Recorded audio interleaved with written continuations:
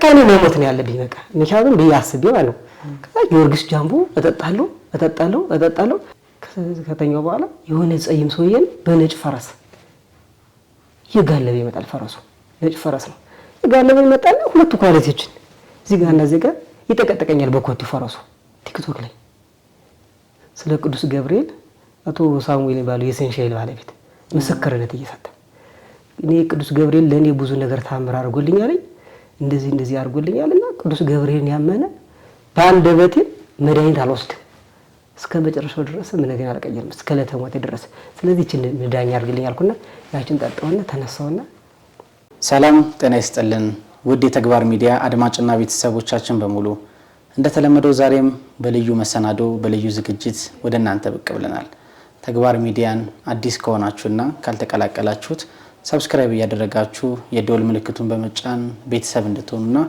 እነዚህን የመሰሉ የተለያዩ ዝግጅቶችና ፕሮግራሞች ወደናንተ ይደርሷችኋል ተግባር ሚዲያን ሰብስክራይብ አድርጉ የደወል ምልክቱንም ተጫኑ ዛሬም እንደተለመደው አንድ አዲስ እንግዳ ይዘን ወደናንተ መጣናል እግዚአብሔር አምላካችን ስራው ብዙ ነውና ድንቅ ነገር ተደርጎለት ከድንቅ በሽታም ተፈውሶ ምስክርነቱን ሊሰጥ ተስፋ ላጡትም ተስፋ ሊሆን እዚህ ሚዲያችን ስቱዲዮአችን ላይ ብቅ ብሏል እስኪ እንግዳችን ራሱን አስተዋውቆ ይጀምራል እስከ መጨረሻው ድረስ አብራችሁን ቆዩ እሺ ወንድማችን በቅድሚያ ጥሪያችንን አክብረ ወደዚህ ሚዲያ ስለመጣ የተደረገልንን ነገር ለመመስከር ፈቃደኛ ስለሆንክ እጅግ አድርገን እናመሰግናለን እንኳን ደህና መጣ እንኳን ደህና ቆየኝ እኔም በጣም እጅግ አድርጌ አመሰግናለሁ እንግዳ አድርጋችሁ ስለጋበዛችሁኝ መልካም ወንድማችን እሺ አሁን እንግዲህ ይሄንን ለሚከታተሉ ቤተሰቦቻችን በቅድሚያ እስኪ ስምህን ተወለደህን አስተዳደግህን በማስተዋወቅ ጀምረልን እባክህ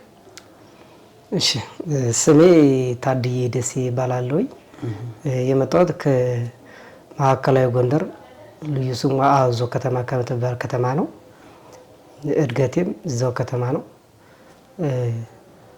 ለትምህርት ከደረስኩ ጀምሮ በአፄ ፋሲል አጠቃላይ አንደኛ ደረጃ ትምህርት ቤት ከአንድ ኤሌመንታሪ ትምህርቴን ከጨረስኩ በኋላ ከሃይ ስኩል ሁለተኛ ደረጃ ትምህርቴን ጨርሼ ወደ ኮሌጅ ገብቼ ጎንደር ፖሊቴክኒክ ከተመረኩ በኋላ ለ3 አመት ከተከታተልኩ በኋላ ያው ትምህርቴን ባለመጨረሼ ግማሽ ሴሚስተር እያለ ወደ አቅራቢያ ወደሚገኝ የቢራ ፋብሪካ ሰራተኝነት ወደዛ ተቀላቀልኩ በቀን ስራም ካገለገልኩ በኋላ ለ9 አመት ያክል አገልግያለሁኝ መልካም እሺ ስለዚህ ጎንደር ነው ወድገትህ ጎንደር ከተማ ውስጥ ነው የት ነበር ተቀጥረህ ትሰራ ነበር ጎንደር ዳሽን ቢራ ፋብሪካ እሺ እንግዲህ ስምን አስተዋውቀናል ታዴ ብለናልና ከዚህ በኋላ ታዴ እያልን ነው የምናወራ እሺ ታዴ እድገቱ እንዴት ነበር እንግዲህ ጎንደር ነው ያደግኩት ብለናል ያደግኩ በምን አይነት ህይወት ውስጥ ነበር እንዳልከው ቢራ ፋብሪካ ውስጥ ነው ተቀጥረህ ትሰራ ነበርና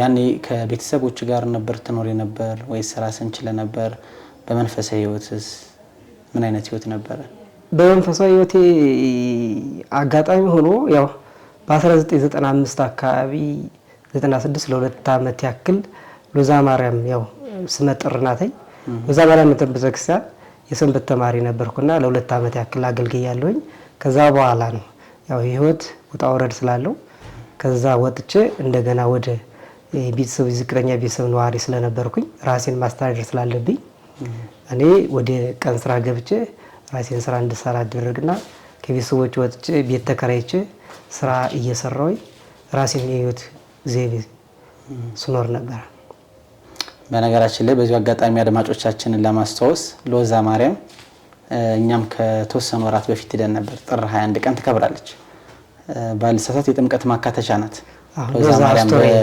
አስተሪዮ ማርያም በጎንደር በድምቀት ነው የምትከበር እና አንተ እንደነገርከን ከሆነ ዛ ለ2 አመት ያክል አገልግለሃል እኛም ደግሞ በ2017 በዚህ በያዝነው አመት ጥር 21 ዘው ሎዛ ማርያምን ያሰለፈን በጣም ድንቅ ቦታ ነው በጣም ድንቅ ክብረ በዓል ነው በዚህ አጋጣሚ እሱን ለቤተሰቦቻችን ለማስተዋወስ ነው እንግዲህ እዛ አካባቢ ነው እድገትን ያደረከው ከቤተሰቦች ጋር ነው የኖርከው እንዳልከው ፋብሪካ ውስጥ ነበር ተቀጥረህ ትሰራ ነበር እንደው ታዴን ልዩ የሆነ ፈተና ገጥሞት ያውቅ ነበር አሁን እየተከሰተ ያልከው ዋናው ህመም ከመምጣቱ በፊት ምን ፈተና ገጥሞት ያውቅ ነበር አዎ ለተወሰነ አመታት ብዙ ጊዜ እኔ ራሴን በማስተዳደር ነው መኖር የነበርና በዚህ አጋጣሚ ከተወሰነ አመታት በኋላ ምንም በሽታው በማይታወቅ ህመም ራሴን አጥቼ ነበርና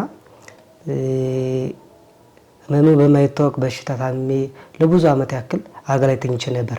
ይሄ በሽታ ከመታመሜ በፊት በስንት አመት ማለት ነው? በ1997 98 እና አርሴማ የምትባል ቤተክርስቲያን ወደ ጭልጋ ወደ መተማ መስመር ምትሄድ እዛ ጸበል ልጅ ነው ለብዙ ጊዜ ራሴን ጥምቀት ባህረ ጥምቀት ተጠምቄ ራሴን አግኝቼ ከዛ በኋላ ነው ህይወቴን እንደገና ተስተካክሎልኝ ህይወቴ ቀጠልኩኝ። ረጅም ጊዜ ነበር የታመምከው? ያው በሽታው አልታወቀም። ስለዚህ በጸበል ድነሃል? አዎ። እሺ ከዛ በኋላስ? ከዛ በኋላ ያው ኑሮ ዘይቤ ቀጠለ፣ መኖሬ ይቀጥላልኝ። ከዛ ድጋሚ ወደ ስራ ተመለስኩና ስራ እየሰራው ያለው አጋጣሚ ሆኖ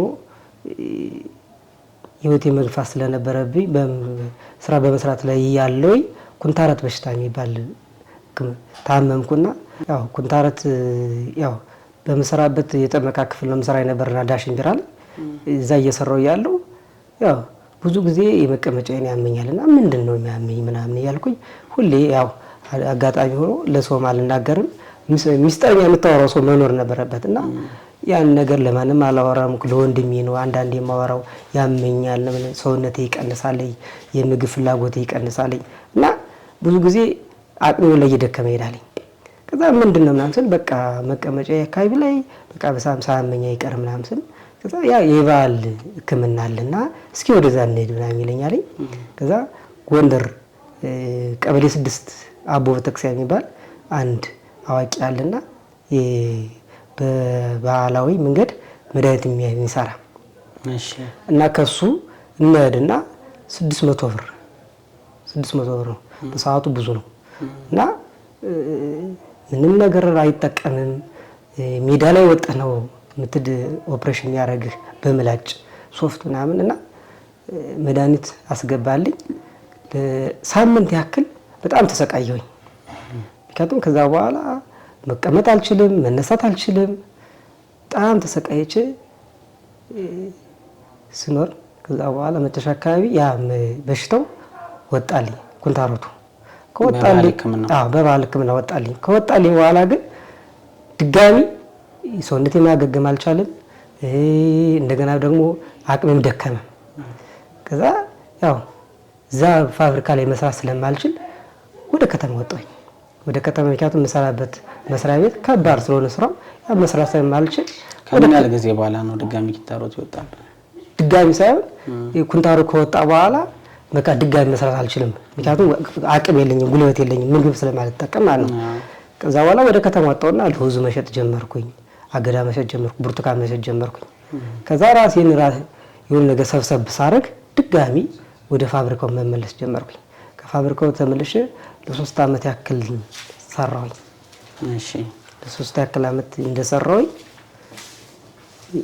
ቢራ እጠጣለሁኝ፣ መጠጥ ነገሮችን እጠጣለሁኝ፣ ምግብ በአግባቡ አልወስድም፣ ስራ ጫና አለብኝና እነዚህ ነገሮች ራሴን ለማስተዳደርና ምግብ በሰዓቱ አልወስድም እና ይሄን ኩንታሮቱን በዛ አረኩኝ። ጸበል ተጠመቅኩና በጸበልም ሁሉን ነገር ያኔ ግን ቆሞልህ ነበር? ቆመልኝ። እሺ ከዛ በኋላስ? ከዛ በኋላ በቃ ህይወት ቀጠለ። እንደማንኛውም ነው ማንሰው ሆንኩኝ። ስራዬን መስራት ጀመርኩኝ። የድሮ ስራዬን ጀመርኩኝ።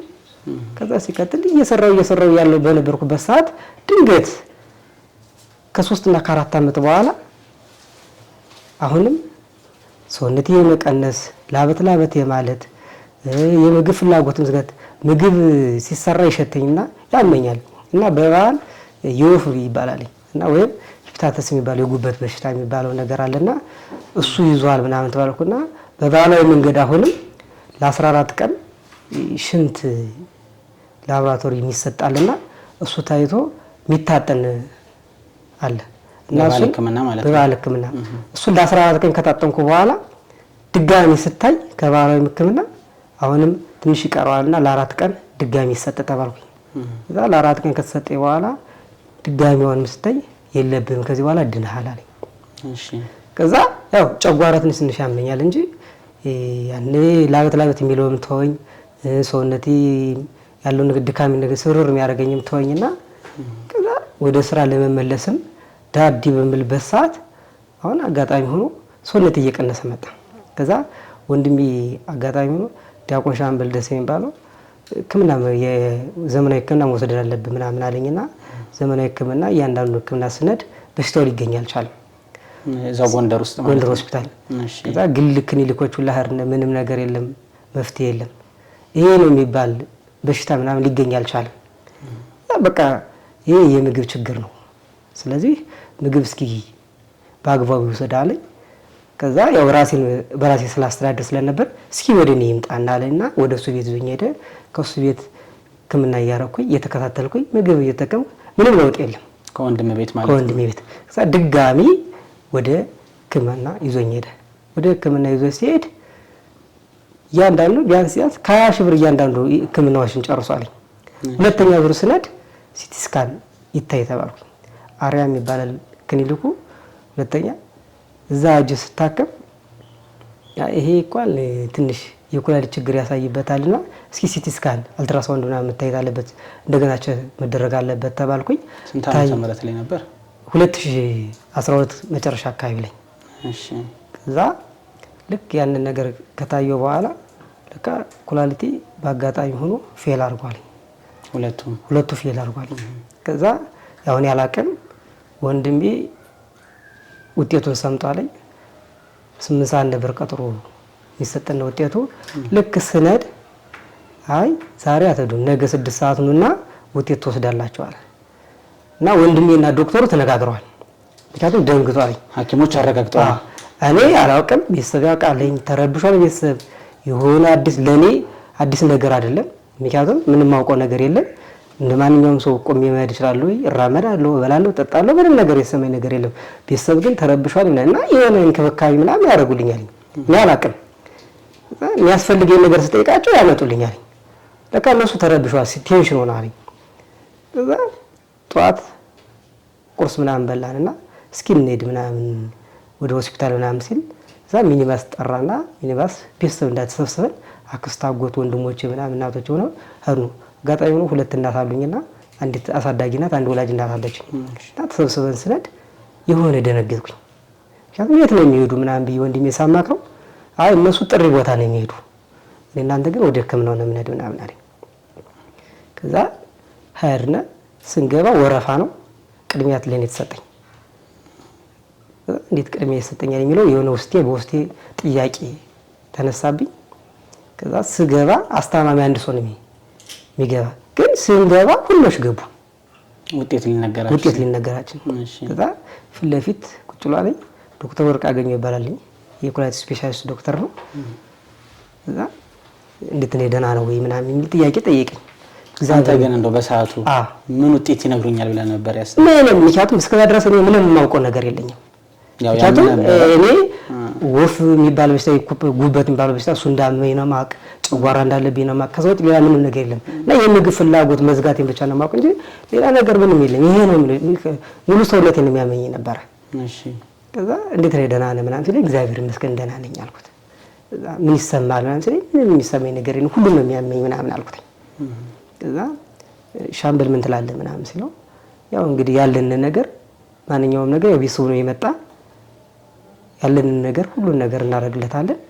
በዚህ አጋጣሚ ቃል እገባለታለሁ ወይ የሚያስፈልገውን ነገር አደርግለታለሁ ወይ ምንም ስሜት አይሰማው ከጎኑ እንደሆነ ልንነግረው ነው አለ። ወንድም ማለት ነው። እሺ በዛ ወንድሞቼ መዛታች በበታች ያሉ እነሱም እንደዛ ተናገሩ፣ አጎቶቼም ተናገሩ፣ እናቶቼ ተናገሩ። እዛ አሁን 2 ኩላሊትህ ፌል አድርጓል። ስለዚህ ኢትዮጵያ ውስጥ ደግሞ ንቅለ ተከላው ቅዱስ ጳውሎስ ሆስፒታል ብቻ ነው ያለ። እሱም የማሽን እጥረት አለ። እሱ እስከሚስተካከል ድረስ ደግሞ እጥበት እያረክ ትቆያለህ። እስከዛ ድረስ ግን ብር ምናምን የምታገኙ ነገር ከሆነ ህንድ ሀገር፣ ቱርክም ሀገር ስላለ ንቅለ ተከላው እስከ 1.4 ይፈጃል። ብሩን በምታገኙበት ሰዓት እኔ ያግር ያደርግላችኋለሁ። ይሄን ነገር ታረጋላችሁ እና ኩላሊት የሚሰጥ ግን በቤተሰብ ብቻ ነው የሚሰጥ እና ምን ትላለህ ታድዬ ምናምን አለኝ። አንተ ይሄንን ስትሰማ በሰዓቱ እንግዲህ አንተ ለማታውቀው ቤተሰቦች ያውቁ ነበር። ምን ስሜት ተሰማ?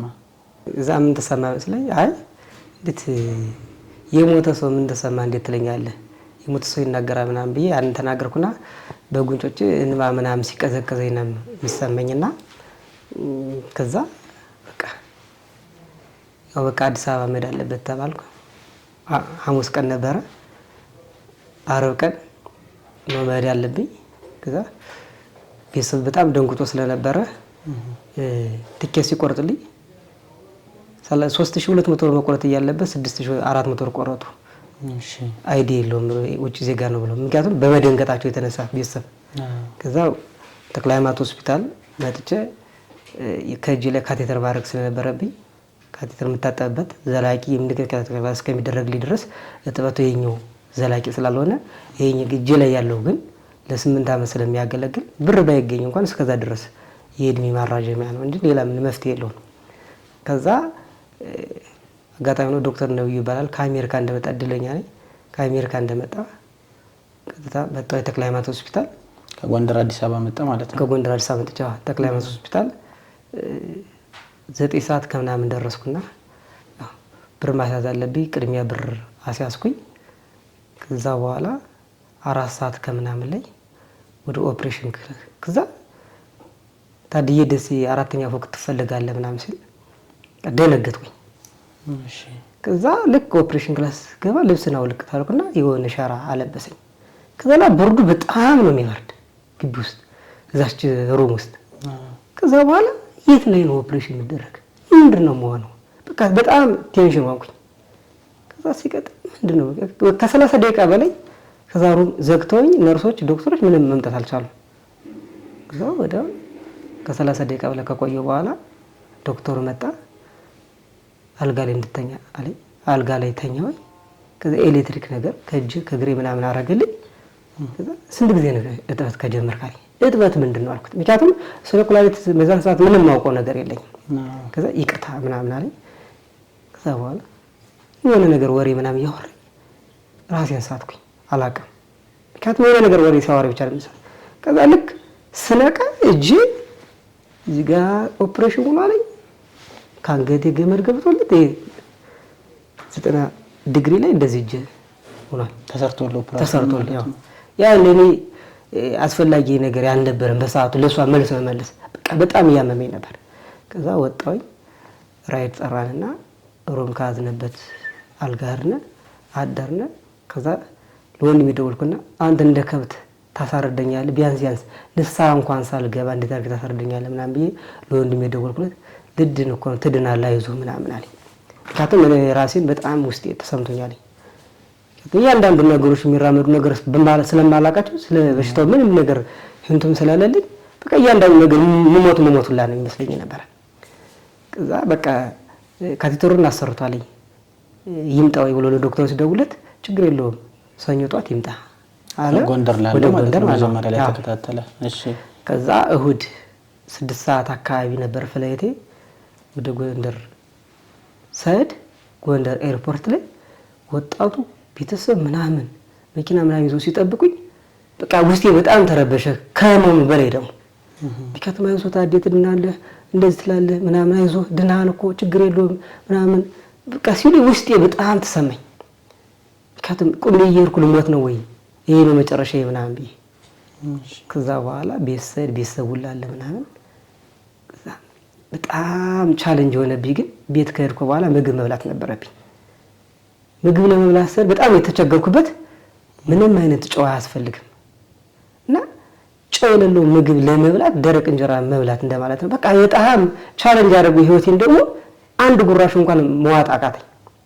ምክንያቱም ጨው የሌለው ወጥ እንዴት ነው የምትጠቀመው? በቃ እንደዚህ ነው ህይወቴን ከዚህ በኋላ መቀጠል በጣም እያልኩኝ በጣም ውስጤን እረበሽ ነበር። ለማንም ግን አላወራም። ከዛ ሰኞ ጠዋት ላይ 5 ሰዓት አካባቢ ያድኩኝ እንዴት ነህ ምናምን አለኝ። ደህና ነኝ እግዚአብሔር ይመስገን አለኝ። በቃ አሁን ካቴተር ይሄኛው እስከሚድንልኝ ድረስ ከእጅ ላይ ያለው እስከሚድን እግር ላይ ካቴተር ሌላ መግባት አለበት አለ። ከዛ በኋላ ሄድኩኝ። ከክሊኒኩ ነበር ከሱ ክሊኒክ ነበር መጀመሪያ ሄድን። ወደ ሆስፒታሉ ገባን። ጎንደር ሪፈራል ሆስፒታል። እዛ የራሱ ሩም አለው። እዛ ገብተን ኮንታሚኔሽን ስለሚፈጠር ኦፕሬሽን የሚደረግልህ ካቴተሩ ያለ ማደዘዣ ነው። እሺ ያ ደግሞ በጣም ውስጤን ደግሞ በጣም የጎዳኝ ደግሞ ህመሙ ደግሞ የህመሙ ልነግርህ ከምችል በላይ ነው። ሰውነት ግን በምላጭ ዝም ብለህ ያለ ምንም ነገር መተርተር ካቴተሩ ሁለቱም መንታ ናቸውና አንድ ወደ ሽንት ቧንቧ ነው፣ አንድ ወደ ደም ቧንቧ ነው የሚሄድ። እነዛ አጋጣሚ ነው እግዚአብሔር ረዳኝና ምንም ነገር ሳይሆን ያው ኦፕሬሽን የተደረጉት ብቻ እንጂ ያመመኝ በቃ ሁለቱም ወደ ተባሉበት አቅጣጫ ሄደው በቃ ለ2 ሰዓት እጥበት አደረኩኝ። ከዛ በኋላ ተኝቼ ትንሽ ነቃ ስል በቃ እንደዚህ ነው በቃ ከዚህ በኋላ በየሳምንቱ እየተኛው ይሄ ነው ህይወቴን ማረክ ከዚህ በኋላ መቀጠል እስከ መቼ ነው ምናምን አልኩና እዛ ቤት መጣሁኝ። ቤት ከመጣሁ በኋላ በቃ ንቅለ ተከለ ተብሎ መደረግ አለበት አልኩኝ። አንዳንዴ ግዴታ ነው ማድረግ ነበር። ምክንያቱም ወንድሜ በግድ በቃ ኩላሊትን ትሰጠኛለህ በቃ ምናምን የሚለው ነገር ሁላ እለው ነበር። ምክንያቱም በፍላጎት ነው የሚሰጥ። እዛ በኋላ በቃ ዋናው ነገር ብር መገኘት አለበትና ብሩ በቃ ምን ይሻላል እና ሲባል አዙ ልጆች ፔጅ የሚባል አለ። ይሄ መደረጃ ማህበር እሱ ፌስቡክ ላይ ፔጅ ተለቀኩኝ። ስለቀቅ ወደ 480 ሺህ ብር ተሰበሰበ። ያንስ ጥሩ እየሄደ ያለ በአጋጣሚ ሆኖ ሎዛ ማርያም ያገለገልኩባት ቤተክርስቲያን ያው ጣሯ ያፈሳልና አጋጣሚ ሆኖ ለሷ የገቢ ማሰባሰቢያ በመሃል ላይ ለሷ ፖስት ተደረገ በዛ ፔጅ ያንተ እየተሰበሰበ ያለ ማለት ነው። እሺ ከዛ በኋላ የኔ የገቢ ማሰባሰቢያው ቆመ። ምክንያቱም ህብረተሰቡ ወደዛ ዞረ። ሲዞር ከዛ ላይ ተስፋ ቆረጥኩ። ተስፋ ስቆርጥ በጣም ውስጤን ተሰማኝ። ምክንያቱም ብር የለም። በየሳምንቱ እየታጠብኩ ነው። በሳምንት ሰኞና ሐሙስ ክፍያ እየተከፈለ 5 ሺህ ብር 10 ሺህ ብር የትራንስፖርት አለ። እኔ የምጠቀመው ከቤተሰብ ለየት ያለ ምግብ ነገሮች የምጠቀመው ወጪ ያለው ነው። ያንዳንዱ ነገር አሁን የተሰራ አሁን አይደለም። ያንዳንዱ ፍሬሽ ነገሮች ናቸው። ውሃ ራሱ ሽግዋ ነው የምጠቀም እነዚህ ነገሮች ላይ ምክንያቱም ወንድሜ ብቻውን ስለሆነ ፔን አለው ወጭ ላይ እና ከዛ በኋላ በቃ እኔ እንደገና የገቢው ምንጭ ደግሞ በጣም አጨናነቀኝ። ቦታ ነበርና ያ ቦታ መሸጥ ነበረበትና ቦታ ለመሸጥ እሱ ወጣ። ቦታ የሚገዛን ሰው ጠፋ። እሺ በአጋጣሚ ሆኖ ቦታ የሚገዛን ሰው እኔ በሳመኝ ያለ 3 ሚሊዮን ብር ቦታ ሊገዛን የነበረ ሰው ነበር። ያው አጋጣሚ ነው ወንድሜ ለኔ አንዳንድ ነገር የስራውን መልቀቅ ስለነበረብኝ የምሰራበትን ፋብሪካ ስራ ያው ሰውነቴ ምናምን እየደከመ ስለመጣበተኝ ሲድንገት ደግሞ ተሽከርካሪ ገዝቼለት ያንን እየሰራ ረፍት ሲያርግ ምናምን ብሎ ስለነበረ 3 ሚሊዮን ምናምን ሊሸጠው ነበር እና አይ እስኪ ከዛ በላይ ይጨምራል ምናምን ብሎ ነበር በሰዓቱ ከመታመም በፊት ከዛ ያው ቦታ መሸጥ አለበት አለና ሄዶ ሲያናግረው 500 ሺህ ብር ልግዛው ነው ያለ ያ ሰውዬ። የኔ መታመም ሲሰማ ገዢው ማለት ነው የሚገርም ነው። አሁን ያለ ደግሞ በቤተሰብ በጣም ሌላ ሀዘን አመጣ። ምክንያቱም 3 ሚሊዮን ሲለምን የነበረው የኔ መታመም ሲሰማ ገና ይሸጣሉ ብሎ 500 ሺህ ብር ልግዛለ። ከዛ በኋላ በቃ እኔ ለምንድን ነው ግን እዛ ወንድሜ ምን አልኩት በቃ በርሜል ጊዮርጊስ ወሰድና ጣልኝ አልኩት። ከዛ እስከዛ ዳቋርጠና እስከዛ ድረስ ግን አሁን የህክምና አማራጩ እንዳለ ሆኖ እንደ ጸበል የመሄድ በመንፈሳዊ ነገሮች ደግሞ የመሞከር ነገር ሐሳብ አልነበረ? ምንድነው ልመጣለሁ እኮ ነው በቃ በርሜል ጊዮርጊስ ወሰደኝ ምናምን እና ጣልኝ አልኩት። በሰዓቱ ደግሞ በርሜል ጊዮርጊስ ከኛ ቅርብ ነውና በርሜል ጊዮርጊስ ይባላል። ወሰደ ጣልኝ ስለው ወንድሜ ማለት እንግዲህ መንፈሳዊ ሰው ነው ዳቋን ነው ግን ያንተ እኮ ኩላሊት ነው 2 ኩላሊት ፌል አድርጓል እኮ እንዴ ግማሽ ሊትር ውሃ መጠጣት ማትችለው ጸበል ምን ልታረግ ነው የምትሄድ? የሰይጣንን ስራ ያው አይደል? ምክንያቱም በቤታችንም እንኳን እምነት እንዳናምን ረጭቶ ነበር ታውቃለህ። በቃ ምክንያቱም አማራ ስለሌለ ወስደ ጣለኝና ከዛ እድሜ መሞቻ ይልጠብቅ ለሳ ገብቼ ዛልግ ማለት ነው። ያንተ እኮ ምንም ነገር ጸበል ተጠብቅ እኮ መደናቸል በቃ ንቅለ ተከላ ነው በቃ ቦታ ያለው ነገር ኮንዶሚኒየም ቤቴን ቢሆንም ሽጬ አሳከማለሁ አለኝ። ከዛ በኋላ ምንም ማድረግ አልችልም። ከዛ በኋላ በቃ እስከዛ ድረስ ያለውን ብር እየተጠቀምክ እጥበት እያረክ እኔ ተበድሬም ሆነ ቦታዬን ከአንድ 2 ቦታዬን ሽጬ አሳከማለሁ በቃ አንድ ቁም ስትሞት ቁሜ አላይም አለኝ። ከዛ በኋላ ከሚስቱ ጋር ተማከረ። ሚስቱ በዚህ አጋጣሚ በጣም የእግዚአብሔር ሰው ናትና እሷ ፈቃደኛ ሆነች። እዛ እና ምን ይሻላል በቃ ፕሮሰሱ ይጀምር እስከዛ ተባለ። ፕሮሰሱ ብዙ ስለሚያስከድ ንቅለ ተከላ ለማድረግ ፕሮሰሱ ይደረግ ተባለ። ወደ ውጭ ወጣ ማለት ነው። ወደ አዲስ አበባ መጥቼ ፕሮሰስ ማድረግ ነበረብኝ። ምክንያቱም ጳውሎስ ሆስፒታል ነው ፕሮሰስ የሚደረግ እዛው ንቅለ ተከላውን እዛው ለማድረግ። እሺ። ከዛ ወደ አዲስ አበባ መጣሁ። ቤተሰብ የለንም፣ አልጋ ተከራይተን ነው የምንኖር ለኔም ለወንድሜ እና ያው ብር ከማነስ አንፃር እኔ በአውሮፕላን እመጣለሁ፣ እሱ በመኪና ነው የሚመጣ።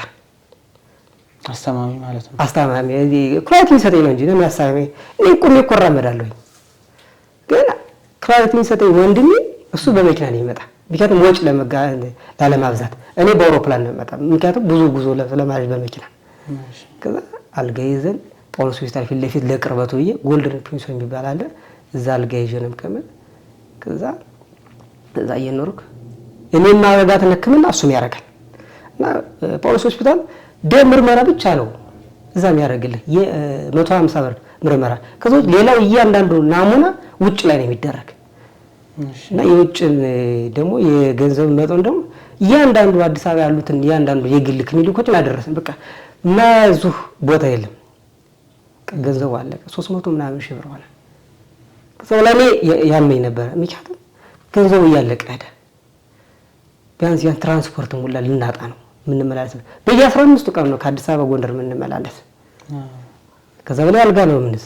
ከዛ በላይ እኔ እየገዛው ነው የምበላ፣ እሱም እየገዛ ነው የሚበላ። አብረን እንዳንበላ እንኳን እኔ ጨው ያለው ምግብ አልበላም፣ እሱ ጨው ያለው ምግብ ነው የሚበላ። ያ ራሱ ሌላ ህይወት ፈተና ሆነ። ከዛ ላይ ወንድሜ ብቻ ነው ገቢ ምንጭ ያለው በሰዓቱ። ይሄ ገቢ ምንጩ ዋጮ ምናምን ቆሟል። ከዛ መጨረሻ አካባቢ ያ ነገር ከሆነ በኋላ ወደ 380 ምናምን ሺህ ብር ወጭ ካወጣነ በኋላ በቃ ጨርሳቸዋል። አሁን ንቅለ ተከላ ለማድረግ ትምህርት ክላስ ትገባላችሁ አኗኗራችሁ ተባለ። ምክንያቱም ንቅለ ተከላ ካረኩ በኋላ እንዴት መኖር እንዳለብኝ ትምህርት ይሰጣል። በሳምንት 7 ቀን 5 ቀን ነው የሚሰጥና 2 ሰዓት ነው የሚሰጥ። ከዛ እሺ ምናምን ብዬ አንድ ቀን ገባሁ ክላስ። ስገባ ንጹህ ውሃ ነው የምትጠጣ፣ የታሸገ ውሃ። የቧንቧ ውሃ መጠጣት አልችልም። ማህበራዊ ግንኙነት ማድረግ አልችልም። ከሰው ጋር መገናኘት አልችልም። ተጓዳኝ በሽታ መያዝ አይችልም። እንደገና ደግሞ ማንኛውም ነገር ከለር ያላቸው ነገሮች መጠቀም አልችልም። ሁሌ ማክስ ነው ተጠቅሜ መኖር ያለብኝ። ከዛ ከጎንደር አዲስ አበባ ስመጣ ሁሌ ደግሞ ጳውሎስ ሆስፒታል ነው መድኃኒቱን መውሰድ ያለብኝ። ያ በሰዓቱ እኔ በዛን ሰዓት በማረግበት ሰዓት 3500 ብር ነው መድኃኒቱ። እሺ። ከዛ ደግሞ እንደገና ደግሞ ቴስት እየተደረገች ነው ኩላሊት ምን ያህል ላይ ቦታ ላይ እንዳለች ከነቀለ ከተደረገልኝ በኋላ እንዴት ብሎ መኖር እንዳለባት ያቺ በየን። ከዛ በኋላ ስራ የለም፣ የጉልበት ስራ መስራት አልችልም፣ ማንኛውም ስራ መስራት አልችልም። ይሄ ሁላ እንደገና ሌላ ወጭ ነው። ቢያንስ ሂሳቡን ስሰራው ከ10-15 ሺህ ብር በዛን ሰዓት እንኳን ይሄ በ10-15 ሺህ ብር በየወሩ እኔ የማገኝበት አንድም ነገር የለኝም። ያ ራሱ ሌላ ተስፋ አስቆረጠኝ። ምክንያቱም ቤተሰብ ንቅለ ተከላ እንኳን ቢያደርግልኝ ከዛ በኋላ እኔ ሊያገዘኝ አይችልም። እያንዳንዱ የራሱ ህይወት ይኖረዋል። ከዛ በኋላ እንዴት ብዬ ነው ከዚህ በኋላ የምኖረው ምናምን ብዬ እና ሐሙስ ቀን ነበር። ከዛ ዶክተሩ ማሽኑ ለጊዜው ስለተበላሸ ከ15 ቀን በኋላ ክላስ ትጀምራላችሁ። ምክንያቱም ክላስ እንደጀመርነ ወደው ለ15 ቀን ደግሞ እጥበት መጀመር አለብኝ። በየቀኑ አንዳንድ ቀን ያን ማድረግ ነበረብኝ። ከዛ ለማሽኑ ተበላሸ። የቅዱስ ጳውሎስ ሆስፒታል ንቅለ ተከላ የሚደረገው ምክንያቱም በ15 ቀን አንድ ቀን ነው ንቅለ ተከላ የሚደረገው። ምክንያቱም ክላስ እንደተማርኩኝ 15 ቀን ዲያሊሲስ እንዳረኩኝ ከዛ ንቅለ ተከላ ማድረግ እነዚህ ነገሮች መቋረጥ የለባቸው። በዛን ሰዓት ማሽኑ ተበላሸ። ማሽኑ ሲበላሽ በቃ አንተ ቆይና ከ15 ቀን በኋላ ትመጣለህ ተባልኩ። ሐሙስ ቀን ነበር አደርኩና በቃ እንግዲህ 15 ቀን ከዚህ ከመቀመጥ ወደ ጎንደር ልሄድ ብዬ አደርኩኝ። ጧት በተክሰን ነበር በተክሰን ሳልም የመጣውና ለምን እስኪ አዲስ አበባ ምናምን ልያት አልኩና ወደ ፒያሳ ምናምን ወረድኩኝ። እሺ እና አርብ ቀን ነበር እና እኔ ፒያሳን ምናምን አላቃትም ዞር ብዬ ልጅ ምክንያቱም ሙልበት ምናምን ስለደበረኝ ወርጄ ስሄድ ብዙ ሰው ምናምን አልፎ ይሄዳል ቸርችል ጎዳና ምናምን። ከዛ ሮብና ዓርብ በዛን ሰዓት ያው እጠቀም ነበር ምግብ በላ ነበር ስጋ ምናምን እና አምሮ ክችን የሚል ዶሮ ቤት አየሁኝ። ስገባ ማተብ ያሰራል ሙስሊም አለ እና ሰው እየተጋፋ ይገባል። ከዛ ማተብ ያሰራ እኔ ማተብ ያሰራ ከሙስሊም ሲገባ ይቻላል። ስለዚህ እኔ ክርስቲያን ነው አልኩና ገባውና አሪስቶ ግማሽ አሪስቶ አዘዝኩኝ። ያን 3 ጉራሽ 4 ጉራሽ እንደበለው ያው ምግብ ችግር አለብኝ ያው የበዛ ስለሆነ ምክንያቱም ይሄ ደግሞ ጨዋለሁ ምክንያቱም ተሰርቶ ነው የሚሰጠ።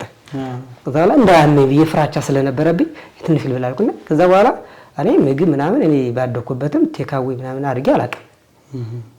ምግብ ቤትም ገዝቼ በልቼ አላውቅም። ያ የመጀመሪያ ነው። ከዛ ቴካዊ አድርጊልኝ አልኳት። ቴካዊ ያደረገችልኝ። ያንን ይዤ ስወጣ አንድ ሙስሊም ኮፍያ ያደረገ ህፃን ውጭ ላይ ቆሟል በረንዳ ላይ። ምግብ በልተህ ስትወጣ? ምግብ ይዤ ስወጣ በልቼ ቴካዊ አድርጌ ይዤ ስወጣ ምክንያቱም ካልጋ ቤቱ መብላት አለብኝ ቀኑን ብዬ ማለት ነው። ዶሮ ስለሆነ ዓርብ ቀን ነው። ከዛ በኋላ አባ የሚበላ እስኪ ስጠኝ ምናምን አለኝ ያን ህፃን። አሁን የሙስሊም ኮፍያ አድርጓል። እኔ የክርስቲያን ስጋ ነው ብዬ ነው ይዣል። ስለዚህ እንዴ አባ እንዳልሰጥህ ይሄ የክርስቲያን ነው። ስለዚህ እኔ 10 ብር ልስጥ ለዳቦ መግዣ አልኩትኝ። በሳቱ እንዴ አባ እኮ የሙስሊም ነው አለኝ። አንተ ገብተበት የነበረ እኔ ገብቼ የበላሁበት ይቋጠርኩትኝ። እሺ ከዛ በኋላ ምን አልኩትኝ ይሄ እኮ የሙስሊም ነው። አስፋልቱ እንዴት እንደተሻገርኩት ምግቡ እንዴት እንደወረወርኩትኝ። ከዛ በኋላ በበኒ መስጊድ አደረኩና በአፍታ ጊዮርጊስ አድርጌ ጎጃም በረንዳ አድርጌ አውቶቡስ ተራ ምናምን አድርጌ ጳውሎስ ሆስፒታል በእግሬ ያ ሁላ መንገድ ስልኩና አልጋ ካስኩበት ሆቴል ላይ ቁጭ ብዬ በቃ ከዚህ በኋላ ምንድነው እንዴ ናይቼ ንስሓ ልገባ ነው እንዴ ንቅለ ተባይ ደረግልኝ ከዚህ በኋላ ማች ልጾም መስገድ ነው ከዚህ በኋላ እንዴት ብዬ ነው ንስሓ መቀበል እንዴት የሙስሊም ዘጋ እንዴት አያንቀኝም ምናምን ብዬ በጣም ተሰሰስኩ። በቃ ከዚህ በኋላ መሞት አለብኝ አልኩኝ። በቃ ወሰንኩኝ። በቃ መሞት ነው ያለብኝ ምናምን ብዬ ገባውና ሆቴል ሬስቶራንት ነበረ ጊዮርጊስ ድራፍት ስጥኝ አልኳት። ምክንያቱም የዛ ደንበኛ ስለሆንኩኝ ብዙ ጊዜ ስለመመላለስ በጀርባ ነው አልጋ ያዝኩኝ። እዛ እንዴ ታዲያ አንተ እኮ ግማሽ ውሃ እንኳን መጠጣት እኮ አትችልም ለምን ጊዮርጊስ ምናምን ስትልኝ ዝነስጪኝ ምናምን አልኳት። አስተናጋጅ አንተ ተበሳጭተህ ነው በሰዓቱ? አዎ በቃ እኔ መሞት ነው ያለብኝ በቃ ምክንያቱም ብዬ አስቤ ማለት ነው። ከዛ ጊዮርጊስ ጃምቦ እጠጣለሁ እዛው ሸካቢ ተነስቼ እንዴት ልሸና ስል አዞርና ጣለኝ። ከዛ አስተናጋጁ ወንድ ነበር ብድግ አድርገህ ቀፍ አድርገና ወሰደና በጀርባው አልጋ ነው ያዝኩኝ። በጀርባው ወስዷል። እንዴ አንተ ያማል እንዴ? ከዛ አስተናጋጆቹን ሁላ ሰደባቸው። እንዴት ሰጡታላችሁ? ታሪኩን ያወቃችሁ ታማሚውን ያውቃችሁ እንዴት ሰጡላችሁ? ውሃ እንኳን ግማሽ ሊትር ውሃ እኮ የሚጠጣ ለምን እንደዚህ የምታደርጉ ምናምን ብሎ እነሱ ወቀሳቸው። እኔ ራሴን አላውቅም ሆዴ በጣም ነፈትፈት ብሎ አለኝ። ሰክሬያለሁ። ከዛ ወስዶ ጣለኝ። እዛ ፊት ለፊት በር ነው ገባሁ። እስከ ጫማዬ ነው ተኝቻለሁ እንደዚህ። ከዛ የሆነ እንቅልፍ ሽልብ አድርጎ ይዞኝ ሄደ። ከተኛው በኋላ የሆነ ጸይም ሰውዬን በነጭ ፈረስ እየጋለበ ይመጣል። ፈረሱ ነጭ ፈረስ ነው። እየጋለበ ይመጣል። ሁለቱ ኳሊቲዎችን እዚህ ጋር እና እዚህ ጋር ይጠቀጥቀኛል በኮቱ ፈረሱ። ከዛ በህልሜ ማለት ነው እዛው ይዘውለት ማለት ነው። ከዛ አረ መከረ ሁለቱ ኳሊቲ ነው ተጠቀጠቀ ምን አረገ ምናምን ስል ሁለቱ እግሮቼ ሁላ ስንጥቅጥቅጥቅ ቃሉና ያልጫ ስጋ ቅድም ዶሮ ያዝኩት አይነት ይመስል ይዘኝ ትልትል ሹሉክ ይላል። እንዴ ቅድም የሙስሊም ስጋ አስበላኝ። ሁለት ኳሊቲ ፌል አድርጓል። እንደውም ሁለት እግሬ እንደዚህ ምን አረገ እንደዚህ አድርገን ታሰቃየኝ እግዚአብሔር ግን ምናምን ብዬ እንደዚህ ለካልጋም ታዘዘ ልጅ ቆማ እኔ የቃጁት ይሰማኛለች በሩ ለዘርገ ይዛ ሻካቢ የሆነ በሩን ጓጓጓ ስታደርገው ምን ቢስነቀ ፊት ለፊት ቆማለች። ጥቁር ነችና ፊት ለፊት ቆማለች። በስመ አብ ምናምን አልኩና አማተብኩና በስመ አብ በል እንጂ ምን ነው ታዲያ ኧረ በእናትህ ተረጋጋ እንዴ በራስህ ጊዜ ራስን ታጣ እንዴ ምንድነው አንተ ገና ልጅ አይደለ እንዴ ሁሉ ነገር እኮ ይቀየራል እኮ ተው እንጂ ምናምን አለች። እዛ በኋላ ስልኬን ብድግ አደረኩና ስልክ ተደውሎልኝ ነበረ። ስልኬን ክፍት ሳረግ ቲክቶክ ላይ ስለ ቅዱስ ገብርኤል አቶ ሳሙኤል ባለው የሰንሻይል ባለቤት ምስክርነት እየሰጠ እኔ ቅዱስ ገብርኤል ለኔ ብዙ ነገር ታምር አድርጎልኛል እንደዚህ አድርጎልኛልና ቅዱስ ገብርኤልን ያመነ ይድናል ምናምን ያለ ከዛ እግዚአብሔር አምላኬ እባክህ ቅዱስ ብስራቱ ገብርኤል አምላክ ለእኔም እባክህ ድረስልኝ፣ ለዚህ ሰውዬ የደረስክለት አምላክ እባክህ ለእኔም ድረስልኝ አልኩና ስልኩን ዘጋውና ልደውል የነበርኩን ትክክል ለምን ጊዮርጊስ ቤተክርስቲያን አልሄድም አልኩና ይህንም ያየሁትን በራሴ ተረጎምኩና ተነስቼ 3 ብር ከ50 ነበር ከጳውሎስ ዮሐንስ ቤተክርስቲያን ዮሐንስ መዝጫ አረፍኩና ከዛ በኋላ ጊዮርጊስ ቤተክርስቲያን ስመጣ ወደ 11 ሰዓት ተኩል ምናምን አካባቢ ሆኗል። አራዳ ጊዮርጊስ ማንም ሰው የለም። ግቢ ላይ እንኳን ጥበቃ ምናምን የለም። ከዛ ተሳልሜ ስገባ ጭልል ያለ ነገር ነው። ወፍ ብቻ ነው የሚንጫጫ። ከዛ ጸሎት አደረኩና እባክህ ብስራቱ ገብርኤል ለዛ ሰውዬ የደረስክለት አምላክ ብስራት ያደርግ ለእኔም ጤናዬን እባክህን አብስርልኝ፣ እኔ ታምር እናገራለሁ። ሰማዕቱ ቅዱስ ጊዮርጊስ እባክህን በጋር ያሳየኝ ነገር እስኪ እውን አድርግልኝ እባክህን ታምር እናገር ብዬ ጸሎትና ማድረጌ አለቀስኩና ብቻዬን ቁጭ ብያለሁ። ማንም ሰው የለም ዛፋ ውስጥ። ከዛ ልክ እጄን ድግፍ ጉንጬ ላይ ፊት ለፊት ላይ ከበሩ አለ ሰው ያስቀምጠው ነው ይመስል ከበሩ ላይ ተዘግቷል በሩ።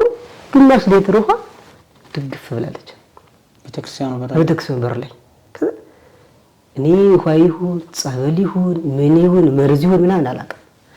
ድጋርኩና እግዚአብሔር ሰማዕቱ ቅዱስ ጊዮርጊስ አንተ እንድነት አድርግልኝ፣ ብስራቱ ገብርኤል ለዛ ሰውዬ የደረስክለት አምላክ ለእኔም ድረስልኝ።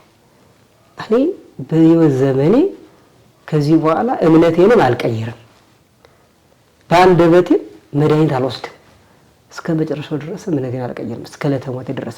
ስለዚህ ይህችን መዳኛ አድርግልኝ አልኩና ያችን ጠጣሁና ተነሳሁና ጸሎት አድርጌ ወጥቼ ስሄድ ኪሴ ላይ ዓርብ ቀን ነው ብያለሁ። ሰኞ ቀን የምታጠብበት 5,000 ብር ኪሴ ላይ ነበር። ያንን ብር ሌባ ወስዶታል። ከዛ በኋላ ወጣሁና አባ አጋጣሚ ሆኖ ኪሴ ላይ ብሬን ሌባ ወስዶብኝ እስከ ጳውሎስ ሆስፒታል ሸኘኝ አልኩት። ከዛ ምክንያቱም ፊቴ ምናምን ማክስ ማድረግ ስለሆነ ስለሚያስታውቅ ታማሚ ምናምን የሆነ በቃ ግባሽ ልሸኝ ምናምን አለኝ ረዳቱ። 3 ብር ከ50 ነበር በሰዓቱ በዛን ሰዓት ትራንስፖርት። ከዛ ሸኘ። ከዛ በኋላ እጥበቱን ተሳቋምኩኝ። እለቱ 18 ነበር ጊዮርጊስ ቀን ነበር 18 ነበር። ከዛ በኋላ ለወንድሜ ደወልኩና ከዚህ በኋላ እጥበትም አላረግም ለወንድሜ ኩላሊትም አልወስድም ልመጣ ነው ቲኬት ቆረጥልኝ አልኩት። ከዛ ለዶክተሩ ደወለለትና አረ እንደዚህ ያለኝ ነው እየረበሸኝ ነው ምን ይሻላል በቃ ማሽኑም ስለተበላሸ 15 ቀንም ስለሚቆይ ይምጣና ችግር የለም ስለተጨናነቀ ነው ወደ ጎንደር ይምጣና ያርፍት ያርክስ ከሰምናምን አለ። ከዛ በኋላ ቲኬት ቆረጥልኝ በቃ እሺ ምናምን አለኝና ሄድኩኝ ወደ ጎንደር። ከዛ ሰድ ቤተሰብ ምናምን ጠበቅኩ። ምንድነው እዛ ሰኞ ቀን ነበር መታጠብ የነበረብኝ። ሄድ ወደ እጥበት ሲል አልሄድም አልኩኝ። ለምን አልሄድም? ከዛ እነሱ ስልክ አላቸው ምክንያቱም ይደውላሉ። በፕሮግራም መሰረት እጥበት ይደረግልኛልና ይደወላል። ሰዓት አለ በየሰዓቱ ነው የምትታጠብ እና መጧል ወይ ታድዬ እጥበት ዛሬ 8 ሰዓት 4 ሰዓት 3 ሰዓት ምናምን ነው ተባል ይነገራል ቅድመ። ከዛ አልመጣም በሉ አሉ። ከዛ ሴሚን ስብረራኩና እንዴት ከተትኩኝ እንዳይደውሉብኝ ያስመዘገኩትን ሲያም ለክኒልኩ። ከዛ ለወንድሜ ይደውልለታል። ከዛ ወንድሜ ምን ይበል እኔ አልሄድም ብያለሁ። አራ አዲስ አበባ ነው አልመጣም ይላል እሱ። ከዛ የአዲስ አበባ ደግሞ ይደውላሉ። አረ ጎንደር ሄዷል። በዚህ ሳል ያለ የሆነ ውስጥ የሆነ ነገር ሲሰማ ይፈራሉ ሰው ስለሆንኩኝ። ግን ሳምንት አለፈኝ ምንም አላፈነኝም። ድጋሚ ሳምንት አለፈኝ ምንም። ሁለተኛ ጥበት አለፈኝ ምንም ስል ከዛ በኋላ የበርሜል ጊዮርጊስ ጸበል አስመጣልኝ አልኩት። የበርሜል ጊዮርጊስ በ5 ሊትር ጎረቤት ያመጣች ነበረችና እሱ ሰጠኝ። ምክንያቱም ግማሽ ሊትር ነው መጠጣ ብያለሁ በ24 ሰዓት ውሃ። ከዛ ያችን በሻይ ብርጭቆ ያ ጧጧት ያችን ጠጣለሁ። ከዛ ዘው ሎዛ ጸበል አለችና ሎዛ ጸበል 14 ቀን የተጠመኩኝ 14 ቀን አዘዙ። እዛ 14 ቀን ተጠመኩኝ። ከዛ በኋላ ጸበልን ተጠምቄ ማላቅም የድን ቦታ ሄጄ አላቅም። በቃ ለፕሮግራም ያንን እያልኩ ግን ጤና ሚኒስቴር ወደ ውጭ መጻፍ ያለበት ምክንያቱም ድንገት እንኳን የሆነ ነገር ባካፕ ቢያደርግ ሕክምና ምናምን ብዬ መዘጋት ስለሌለበት በቃ ጤና ሚኒስቴር በቃ ጳውሎስ ሆስፒታል ማሽኑ ስለተበላሸ ወደ ህንድ ሀገር የሚባለው ነገር ጤና ሚኒስቴር ገባውና ጤና ሚኒስቴር ደብዳቤን አጻፍኩኝ። እሱ ወረቀት በጃለ እሱ ወረቀት በጃለ ከዛ ያው እንደዛ ብዬ አመት ሆነ።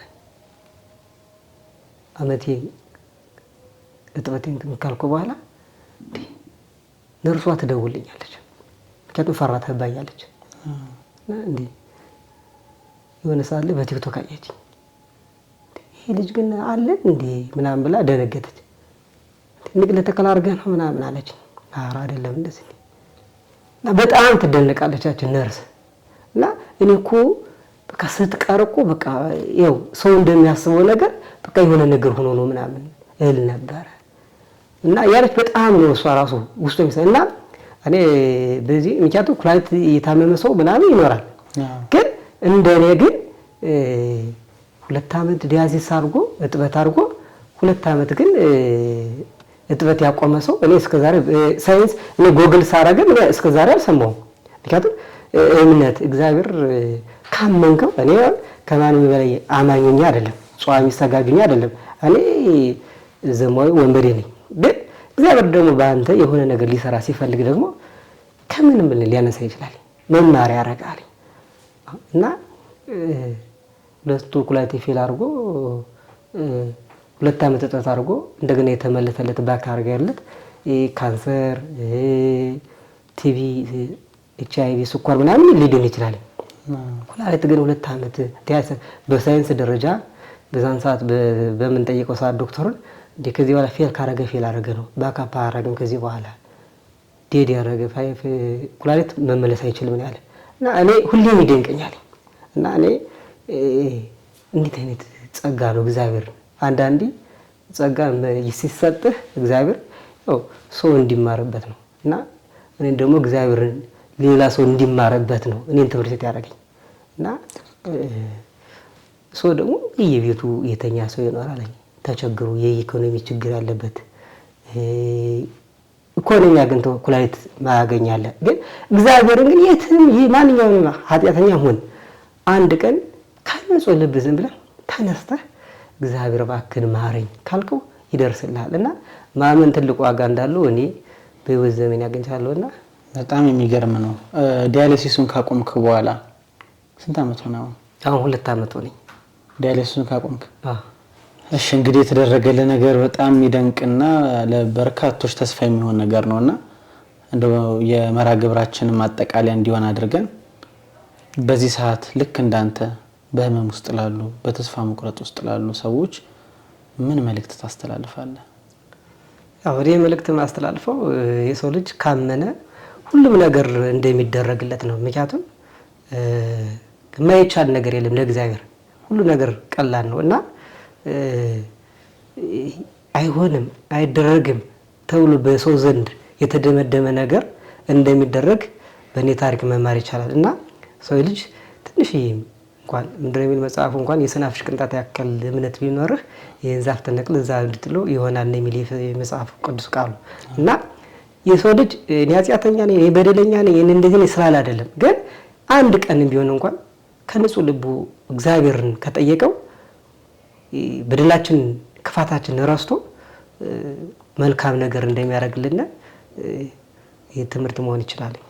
ስለዚህ ሌሎች ተስፋ የቆረጡ ካሉ አመነው ወደ እግዚአብሔር ቢጠጉ እነዚህ አሁን እንደኔ አይነት ሆነ ሌላ በሽታ የሚያዛቸው ሰዎች ካሉ አልጋ ቆራኛ ሆነው የተኙ ካለ ይሄ ትምህርት መሆን ይችላል። ምክንያቱም እግዚአብሔርን ካመንክ ሁሉ ነገር ይቀየርልሃልና ብታምኑ እግዚአብሔርን ብታመሰግኑ ድንግል ማርያም ብትማጸኑ ሐዋርያትን ሰማዕታትን ብትለምኑ ሁሉ ነገሮች እግዚአብሔር ይሳካላችሁና ህይወታችሁ ይመለሳልና ባልጋ ላይ ተኝታችሁ ያላችሁ ህዝበ ክርስቲያኖች በሙሉ እምነት ትንሽ የእምነት ካላችሁ ህይወታችሁ እንደሚቃና በእኔ ምስክርነት መማር ትችላላችሁ።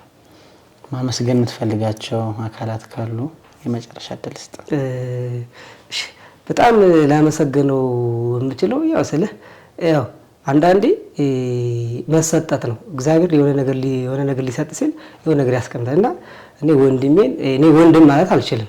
ምክንያቱም አባትም እንዳል አባትም የወንድም እናት የሚለው ነገር ቅጽል እሱ ቢሆን ለኔ አሁን እሱን አሁን መሪጌታ ነው የምለው ምክንያቱም መሪጌታ ማለት በመጽሐፍ ቅዱስ መሪ መምህር አዋቂ እንደማለት ነው። እኔ በቃ መሪጌታ ነው ምክንያቱም መሪ ነው እና እንደሱ አይነት ሰው እና እሱ እስከ ቤተሰቡ ድረስ እኔ አሁን የእሱን ውለታ መመለስ አልችልም።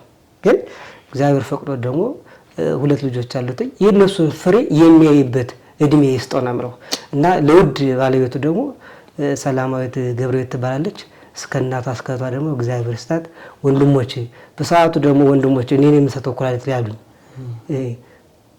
ከኔ ይልቅ እነሱ እንደሚሞቱ ዶክተሩ ነግሯቸው ነበር። ምክንያቱም ንቅለ ተከላ ሲደረግልህ ኩላሊቱ ሲወጣ የነሱ ደም ካላቆም እነሱ ነው የሚሞቱ የኔ ይተከል ያን ሁሉ ይሁን ወንድማችን መሞት የለበትም ብሎ በሰዓቱ እኔ ልስጥ ያሉ ወንድሞቼ ከዛ በጣም ሳላመሰግነው ማልፎ ደግሞ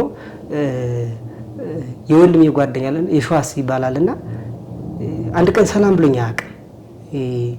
የስራ ባልደረባው ነውና ግን ይሄን ሁላ ነገር ኢቢኤስ ፕሮግራም ሁላ እንድገባ ሰይፉ ላይ እንድቀርብ የገቢ ማሰባሰቢያ እንድደረግ ቲክቶክ ላይ እንድቀርብ ያደረገኝ ከጓደኛው ዳኒ ተገኘ ይባል ጋር ሆኖ የአዙ ልጆች ፔጅ ባለቤት ግርማ ሙሉ ውጭ ሀገር ያሉት በሰዓቱ ብር ይረዱኝ በጸሎትም ሆነ እነሱን እግዚአብሔር ውለታቸውን ይመልስ ሐሳባቸው የተሳካ ይሁን።